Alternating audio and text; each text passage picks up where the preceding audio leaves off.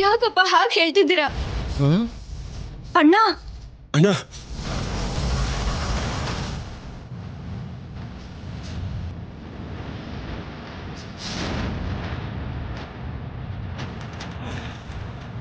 ಏನೋ ಇಂಥ ಮಾತು? ನಿಜನಮ್ಮ, ನಾನೇ ಸತ್ಹೋದೆ ಇವತ್ತು. ರಾಜು,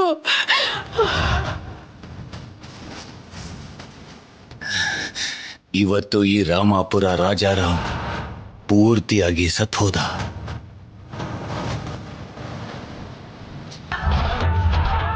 ಇಲ್ಲಿ ನೋಡು, ಜೀವಂತ ಶವವಾಗಿ ಮಾತ್ರ ಉಳ್ಕೊಂಡಿದ್ದಾನಮ್ಮ. ಲೋ ರಾಜು,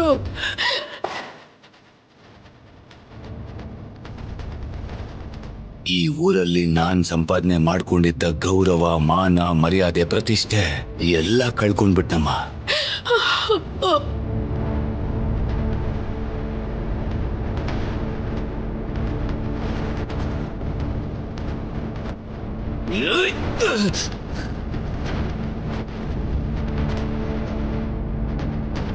ಹೋಗ್ಲಿಲ್ಲ, ಹೋಗೋ ಹಾಗೆ ಮಾಡಿದ್ರು. ಅಲ್ಲಿ ನೋಡು, ಆ ಇಬ್ರೆ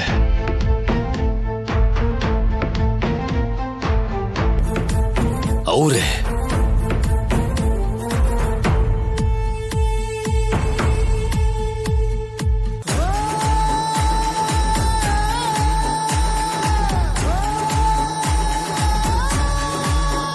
ಇಲ್ಲಿವರೆಗೂ ನನ್ನ ಕುಟುಂಬನೇ ಬಲ ಅಂತ ಅನ್ಕೊಂಡಿದ್ದಮ್ಮ.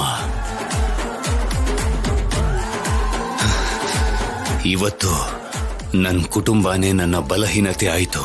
ನನ್ನ ಕುಟುಂಬನೇ ನನಗೆ ನೋವು ಉಂಟು ಮಾಡ್ತು.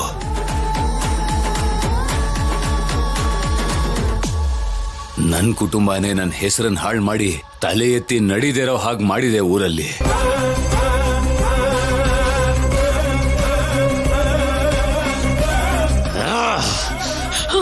ರಾಜು.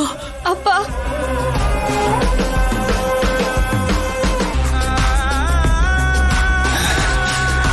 ನನ್ನ ಮಗಳ ಕಾಲ್ ಧೂಳುಗ್ ಸಮ ಇಲ್ದೇ ಇರೋಂಥ ಒಬ್ಬ ಅಯೋಗ್ಯ ಏನ್ ಹೇಳ್ದ ಅಂತ ಗೊತ್ತೇನಮ್ಮ?